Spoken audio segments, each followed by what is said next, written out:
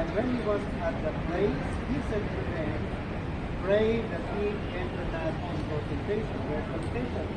So the king is there, at the back of the tatay. So, yun na pinag-usap niya myself. Sabi na, pray that ye will not be in temptation.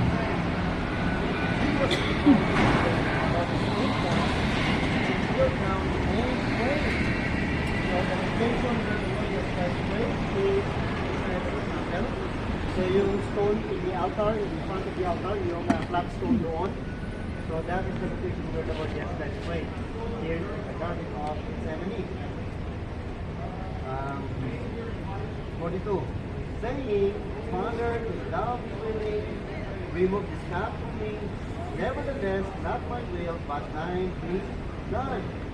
And there appeared an angel unto him from heaven, strengthening him, and being in an agony he prayed more earnestly, and his strength was as it was waking up the blood falling down to the ground.